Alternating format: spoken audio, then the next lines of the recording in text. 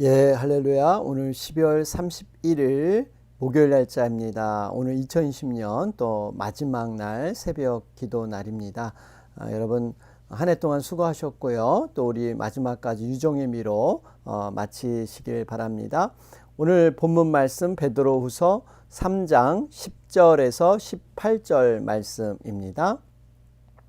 그러나 주의 날이 도둑같이 오리니 그날에는 하늘이 큰 소리로 떠나가고 물질이 뜨거운 불에 풀어지고 땅과 그 중에 있는 모든 일이 드러나리로다. 이 모든 것이 이렇게 풀어지리니 너희가 어떠한 사람이 되어야 마땅하냐. 거룩한 행실과 경건함으로 하나님의 날이 임하기를 바라보고 간절히 사모하라. 그날에 하늘이 불에 타서 풀어지고 물질이 뜨거운 불에 녹아지려니와 우리는 그의 약속대로 의가 있는 곳인 새 하늘과 새 땅을 바라보도다. 그러므로 사랑하는 자들아, 너희가 이것을 바라보나니 주 앞에서 점도 없고 흠도 없이 평강 가운데서 나타나기를 힘쓰라. 또 우리 주의 오래 참으심이 구원이 될 줄로 여기라. 우리가 사랑하는 형제 바울도 그 받은 지혜대로 너희에게 이같이 썼고 또 그 모든 편지에도 이런 일에 관하여 말하였으되 그 중에 알기 어려운 것이 더러 있으니 무식한 자들과 굳세지 못한 자들이 다른 성경과 같이 그것도 억지로 풀다가 스스로 멸망에 이르느니라. 그러므로 사랑하는 자들아, 너희가 이것을 미리 알았은즉 무법한 자들의 미혹에 이끌려 너희가 굳센 데서 떨어질까 삼가라. 오직 우리 주 곧 구주 예수 그리스도의 은혜와 그를 아는 지식에서 자라가라.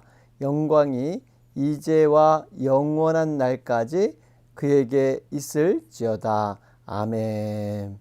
오늘 우리 베드로후서 3장 마지막 부분을 대하고 있습니다. 재림에 대한 확신을 이렇게 권면해 주고 있습니다. 베드로 전서와 베드로서의 차이점 여러분 기억나시죠? 과연 세상 속에서 교회가 어떻게 행해야 될 것인가를 베드로 전서에서 언급했다면 반대로 베드로 후서는 교회 안의 세상, 우리도 모르게 많은 인본주의적인 성격, 세상의 그러한 문화와 풍류가 들어와서 교회의 거룩함과 순수성을 파괴하려는 이러한 것들을 구별해내는 것, 이것이 어떻게 보면 우리가 말세 때 살아가야 될 모습이다. 성도가 세상 속에서 어떻게 온전히 구별된 생활을 할 것인가 하는 것들을 권면해 주고 있으면서 재림에 대한 확신을 주고 있습니다.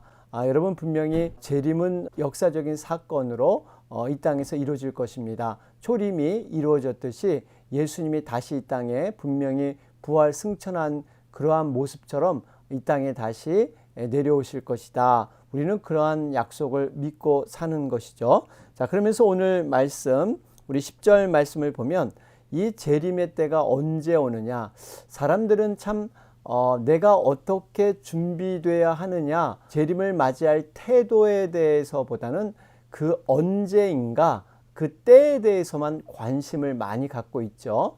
여러분 그러나 분명히 성경은 때에는 오로지 아버지 한 분만이 아신다 말씀하셨어요. 그것보다 우리는 어떠한 태도, 재림을 어떻게 준비할 것인가, 이 태도에 대해서 더욱더 관심을 갖고 우리는 거룩한 신부로 준비해야 될 줄로 믿습니다. 갈릴리 혼인 문화에서 여러분 신랑이 신부를 데려올 때 그것은 오로지 신랑의 아버지 한 분만이 그 때를 아십니다. 왜냐하면 신부가 이 신랑 아버지 집에 거할 처소, 그러할 신혼방이 다 준비되었을 때 비로소 아버지가 신랑에게 내 신부를 데려오라, 그 명령을 받고 신랑은 신부를 데리고 오게 됩니다. 자, 오늘 말씀에도 보면 그러나 주의 날이 도둑같이 오리니.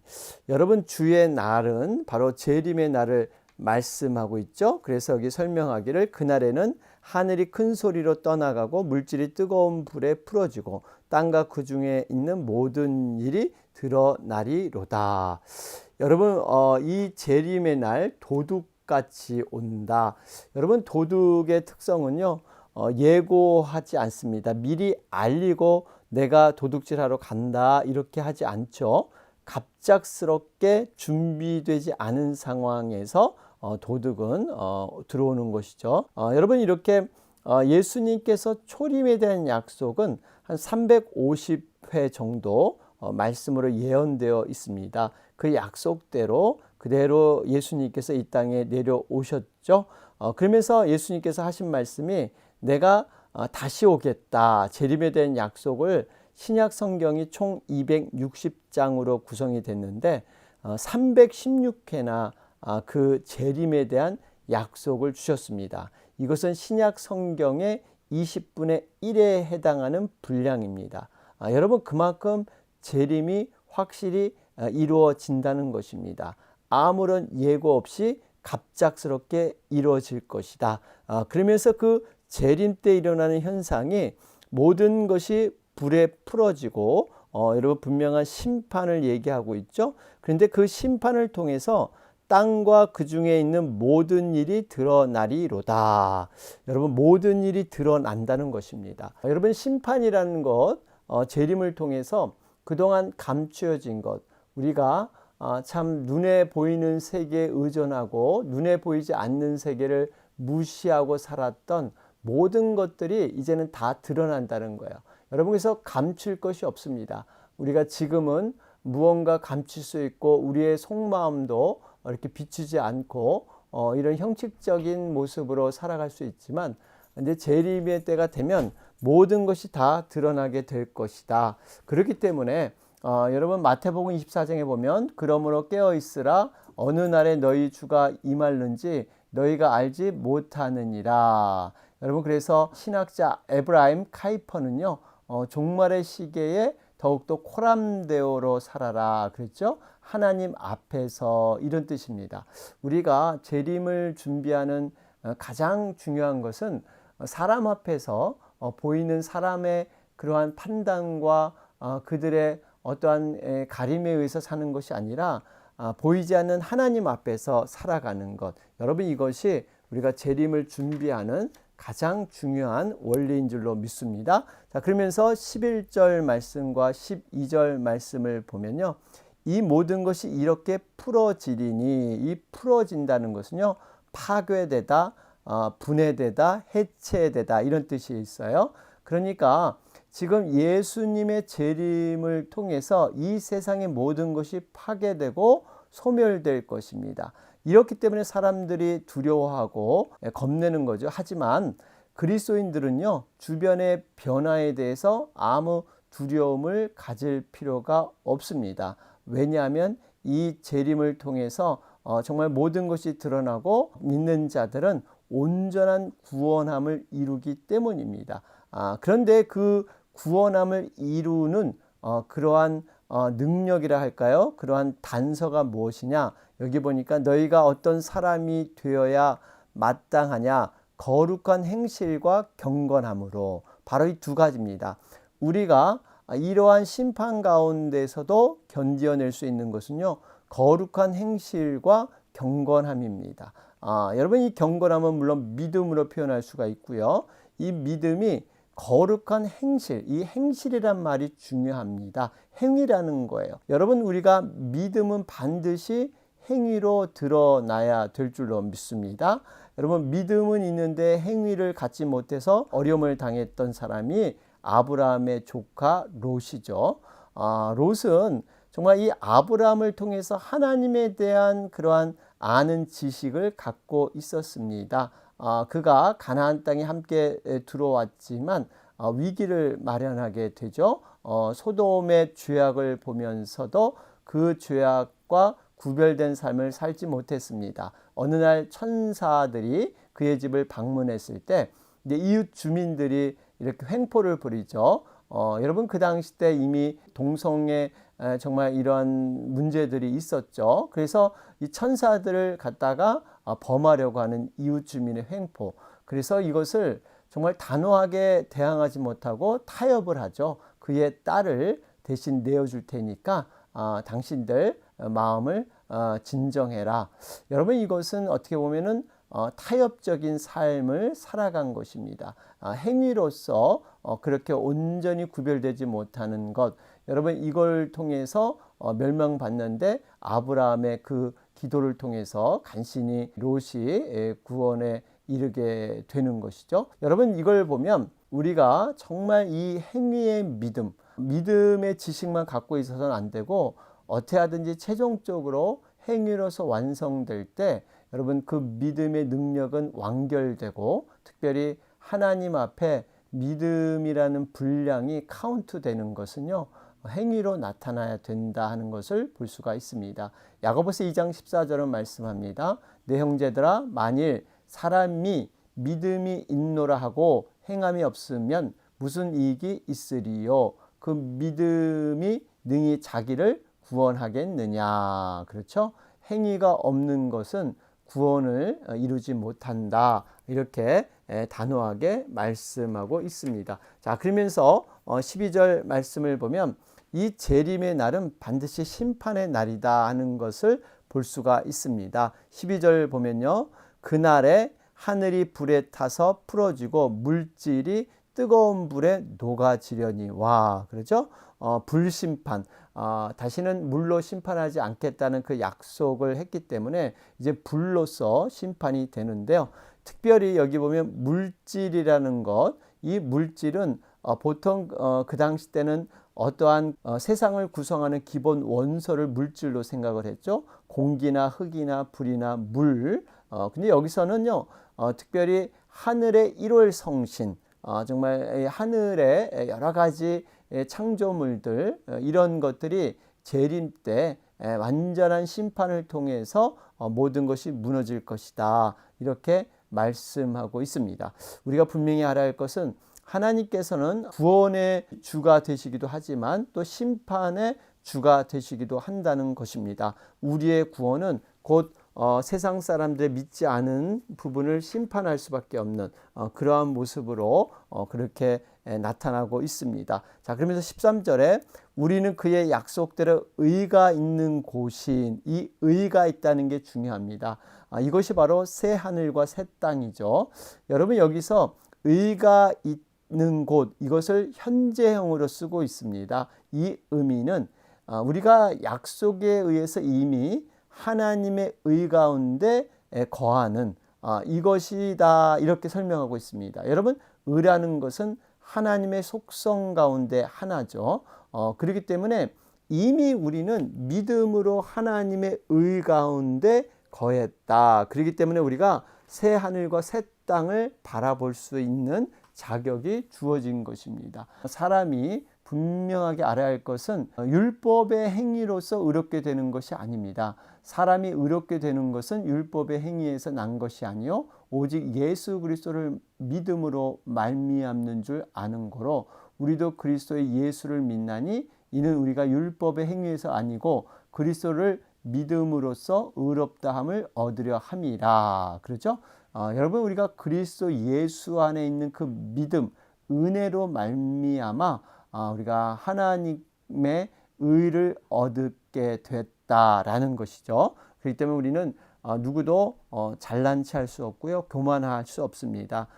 우리의 의가 스스로 있는 것이 아니라 하나님께서 의인으로 여겨주신 그 은혜 때문에 십자가의 공로 때문에 우리는 의로워진 줄로 믿습니다. 자, 그런 가운데 14절 말씀을 보면 이제 어떻게 우리는 이 재림을 준비하며 맞이해야 될 것이냐. 14절 말씀을 보면 사랑하는 자들아 너희가 이것을 바라보나니 주 앞에서 점도 없고 흠도 없이 평강 가운데서 나타나기를 힘쓰라.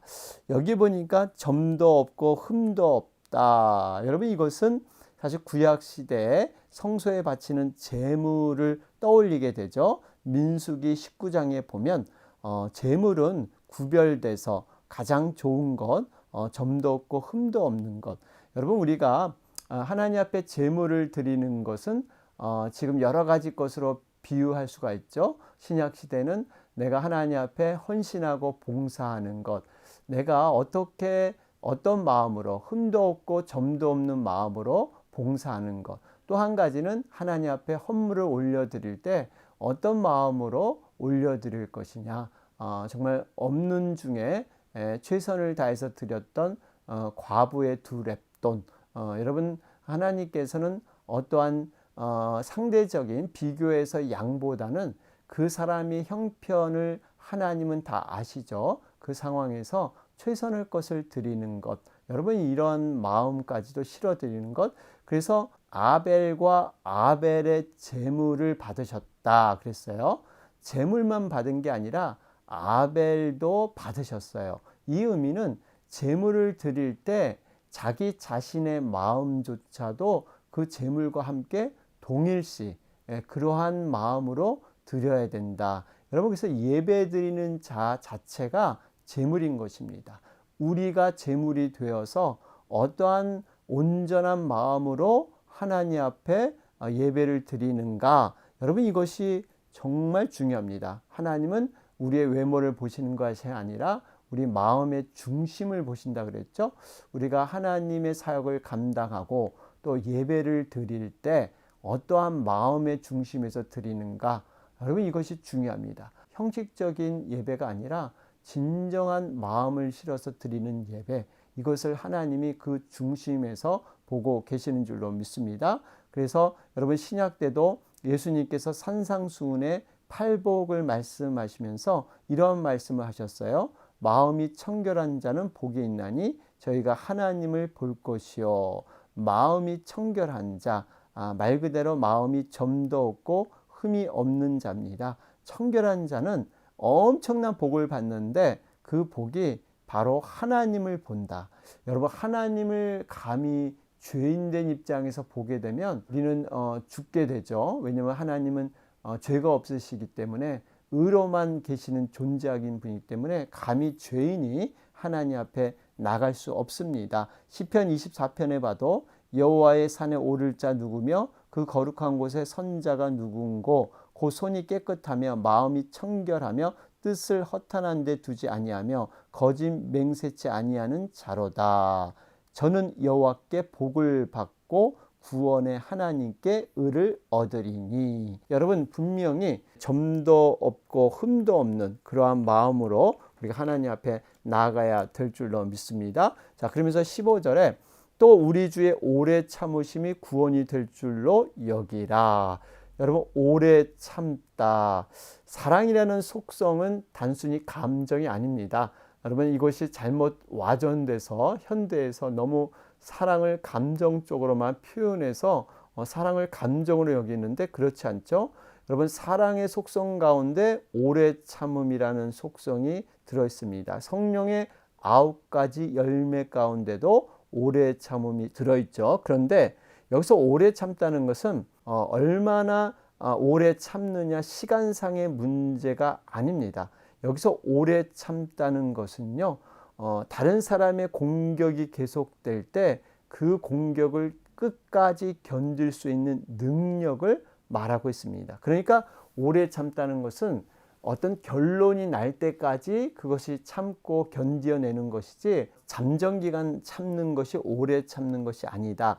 우리가 9절에 보면요, 주의 약속은 어떤 이에 더디다고 생각하는 것 같이 더딘 것이 아니라 오직 너희를 대하여 오래 참으사 아무도 멸망치 않고 다 회개하게 이르기를 원하시느니라. 여기 보면 오래 참으심이 나오죠. 오래 참으사 어떻다고요? 아무도 멸망치 않고 다 회개하기에 이르기를 원하노라. 여기 보면 오래 참음의 정도가 아무도 멸망하지 않고 회개하고 돌아올 때까지.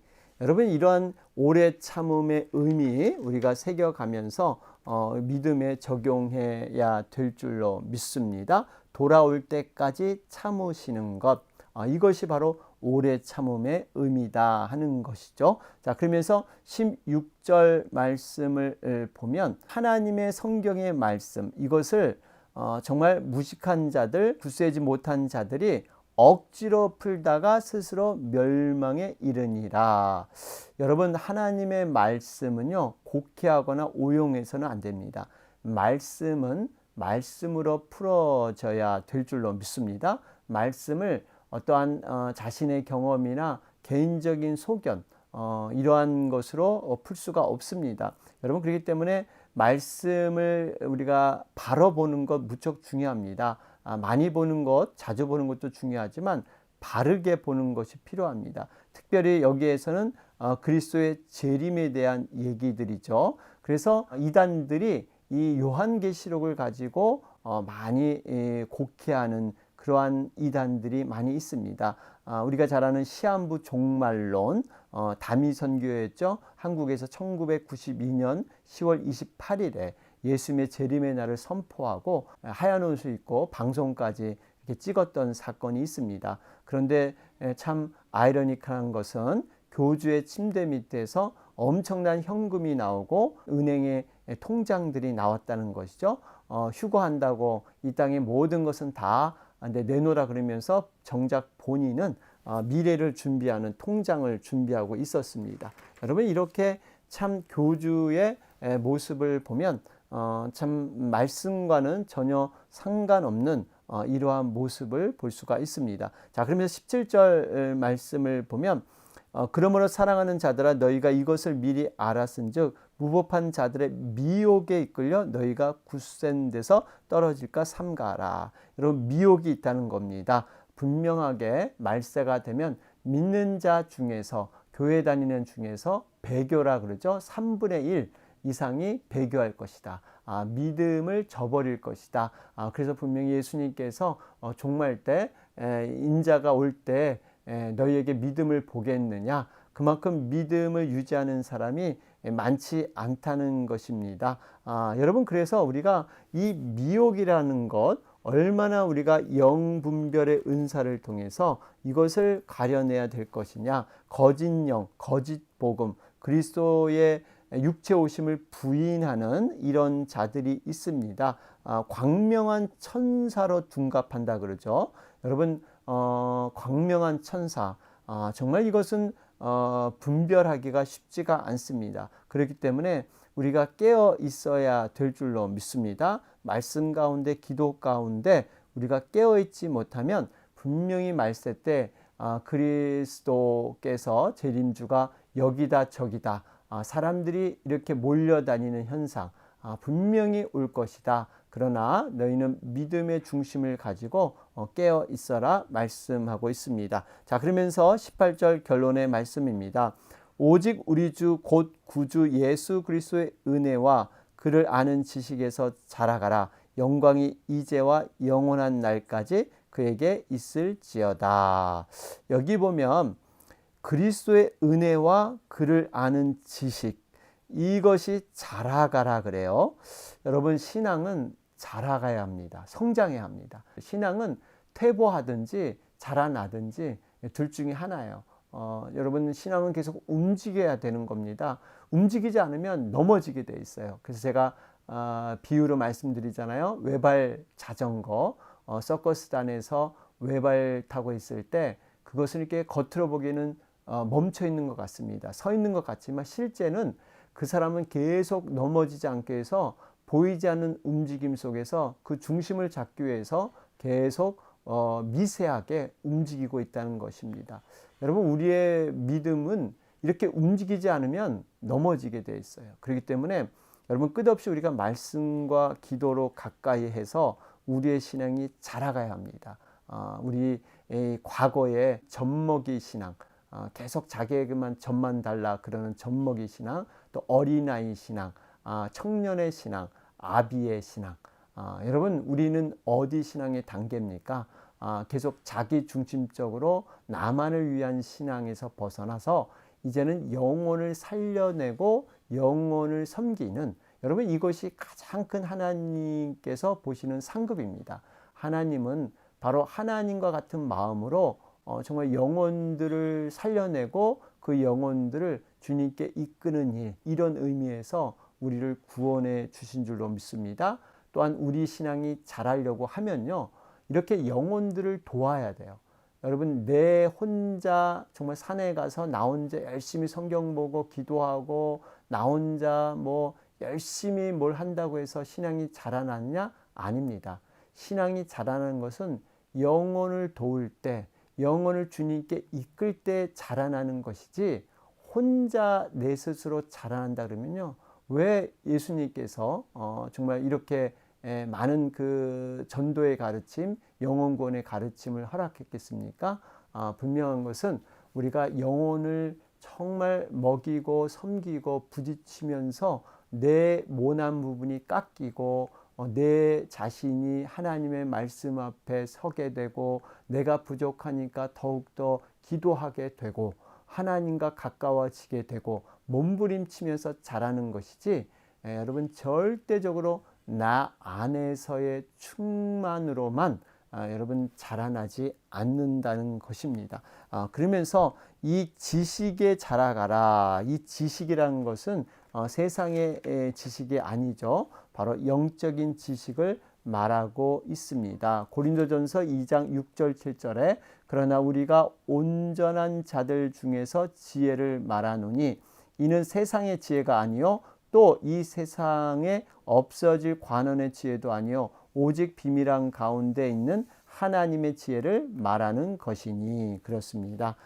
여러분, 우리가 믿음의 덕의 지식을, 이 지식이 덧붙여야 됩니다. 그래서 우리가 하나님을 알아가는 영적인 지식, 말씀을 통한 영적인 지식, 기도를 통한 영적인 경험, 이것들이 계속 더해 가야 합니다. 그럴 때 우리는 신앙이 자라갈 수가 있습니다. 자, 오늘 우리 2020년 마지막 날 우리 새벽 예배를 드렸습니다. 오늘 목요일 날짜인데요. 영혼들을 위해서 간절히 기도하는 시간입니다. 내년 2021년에는 어찌하든지 영혼들을 돕는 우리가 됐으면 좋겠습니다. 한 영혼이 천하보다 귀하다고 했는데요. 그 영혼을 어떻게 도울 것인가 우리가 깊이 고민하면서 특별히 그 영혼의 지금 연약한 것이 무엇인가 이것을 놓고 간절히 기도했으면 좋겠습니다. 오늘 우리 2020년 마감하면서 한 해를 돌아보면서 감사할 것들 고백하면서 또 새로운 새 술은 새 부대에 담는 마음으로 2021년을 우리가 하나님의 비전 안에서 맞이하시길 바랍니다. 이 시간 다 같이 기도 드리겠습니다.